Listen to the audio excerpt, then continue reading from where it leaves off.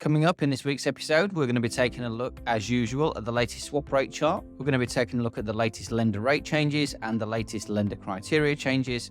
We're also going to be taking a look at inflation data, along with land registry data to see how house prices are doing. We're going to be taking a look at wage and unemployment data, and we're also going to be taking a look at the GDP data as it's announced that the UK is officially in recession. Hello and welcome to the UK Mortgage Market Insights for the weekend in the 16th of February 2024. I hope you're all well. There's a lot to cover in this episode, so let's get straight on with it. So first up, let's have a look at the inflation data, and as you can see on screen, we've got the CPI report, and as you no doubt know by now, according to this, inflation remained at 4% in the 12 months to January 24, which was the same as it was in the previous month to December 23. Taking a look in a little bit more detail, CPIH, which includes owner-occupied housing costs, that actually rose by 4.2%, again the same as it was in December, but monthly it fell by 0.4% in January 24, which was the same as January 2023. And CPI, without the owner-occupied housing costs, fell by 0.6% in January 24 when compared to January 23. The largest upward contributor to the inflation data this month was housing and household services, so gas and electric to you and me, which was also due to the energy price cap dropping off.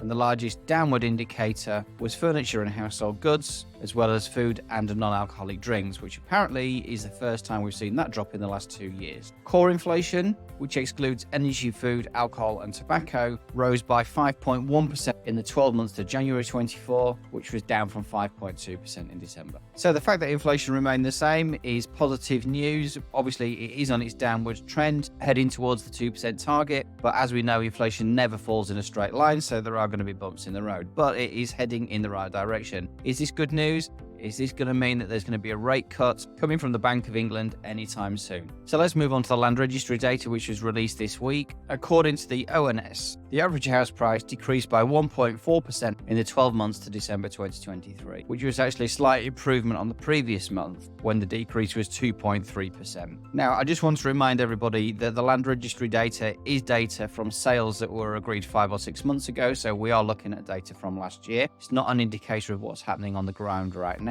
It is historic data. Now, the average house price is now $285,000, which is £4,000 less than it was 12 months ago. And if we just take a look at the individual components of the UK to see how house prices are doing in each region, we can see that the average price in England is now down to $302,000. In Wales, it's down to $214,000. In Scotland, it's increased to $190,000. And in Northern Ireland, it's increased to $178,000. Now, this week, we also saw the release of the wage and unemployment data. So first up, if we have a look at the wage data, it does show that wage growth is still high, but it has slowed. And it does look to be on a downward trend, heading towards longer term averages, which is good news. Now, this is something that is watched closely because high wages are an inflationary concern. People have got money in their pockets, then they will go out spending. And there is retail sales data that's due out today, which I will cover off later on in another short video. But like I say, wage data is showing that it's slowing, and this is good news from an inflation perspective. Looking at the unemployment data, this has also continued to fall, and it's now at 3.9% compared to the last quarter when it was 3.8%. It is still a high number, meaning that there are more people out of work looking for jobs, but with more people in work and also indications that employers are actually starting to offer lower salary increases to their employees. Whilst that's not great news for the employees, it is better news from an inflationary point of view. And so coming to the GDP data.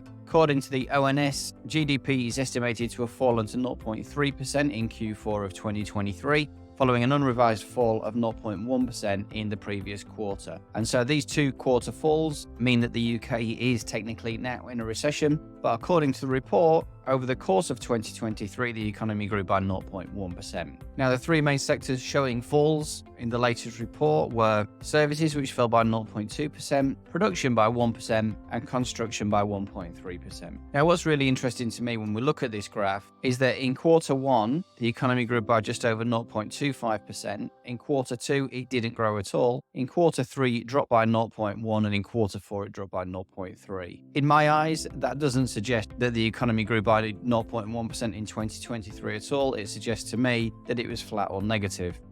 And what's even more interesting, but I couldn't get a graph for this, is that if we look at the GDP per head, which is an indicator of how you and me actually feel when it comes to our spending, it would show that the recession started about 2 years ago, which is not great news. Now, the data that the government releases won't necessarily show that, but there was a report by Bloomberg that I've seen that does indicate this data is real, and it does show that the recession started 2 years ago when it comes to how you and me, the general public, feel when it comes to our spending. Because let's face it, energy costs have gone up, food costs have gone up, and mortgage costs are going up. So Rishi Sunak's pledge was two key things. He was going to grow the economy and he was going to reduce the national debt. The economy isn't growing, but the national debt is growing because the government are still borrowing more than they have previously. So do you think Rishi Sunak has done a good job? Please do leave your thoughts in the comments below. I'd also like to know if it does feel like we're in a recession to you. Does it feel like you haven't got much money in your pocket? And how long have you felt like that? Have you felt like that only in the last quarter or two? Or have you felt like that for the last couple of years? Please do leave your thoughts in the comments. It'd be interesting to know. So when we consider all of this data, has it been good or bad for the swap rates? Well, we do also have to consider what's happening in the US, because their data does have an impact on the gilt yields, which in turn affects the swap rate markets over here in the UK. But if we look at the latest chart and we compare it to 1 month ago, you can actually see that the swap rates are about 0.5% higher than they were a month ago, which is why when we come onto the lender rate changes, you'll see that this has not been very good news for the UK mortgage market. So before we take a look at the lender rate changes, we're going to take a quick look at those criteria changes from some lenders. This week, Quantum Mortgages have made a number of changes to their criteria, including increases to the maximum loan sizes across a range of loan to values. They've made changes to unacceptable applicants, to background portfolios, and to self-employed income verification, and they now also accept large portfolio landlords. Virgin have improved their residential affordability for those people that take a fixed rate of 5 years or more, and LendInvest have brought in a new range of features for their residential mortgage range in order to help those people who may not get a yes from other lenders. These changes have been aimed at all borrowers, but in particular first-time buyers. And lastly, Aldermore are now back with 95% mortgages, which is great news. Lender rate changes, and what a terrible week it's been. Let's quickly have a look at them. Virgin have increased rates across their wide product range, although they have reduced their rates on buy-to-let product transfers. NatWest have pretty much increased all of their rates for both people purchasing and remortgaging. Atom Bank have increased rates by up to 0.3%. Keystone rates have increased. Leeds made some changes and increased a lot of their rates. Hodge made some holiday let rate reductions, but Coventry Building Society have increased all of their rates apart from those available to existing customers. Accord have increased all of their rates, and so have Generation Home, and Nationwide are increasing rates by up to 0.25%. Clydesdale are probably the only anomaly here. They've brought in some new broker exclusive rates, and they've also reduced some of their rates by up to 0.6%. The Mortgage Works have increased rates across the board and also on their product transfer rates, and so all in all, what a terrible week it's been.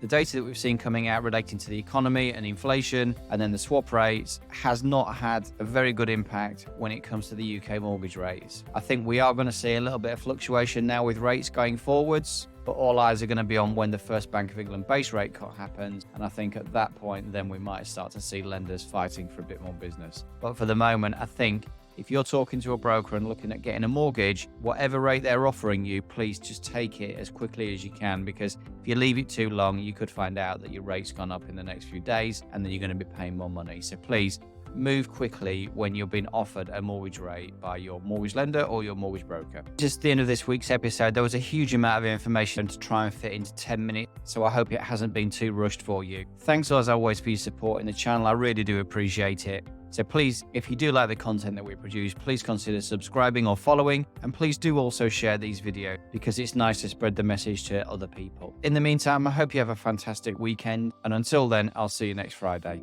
Take care.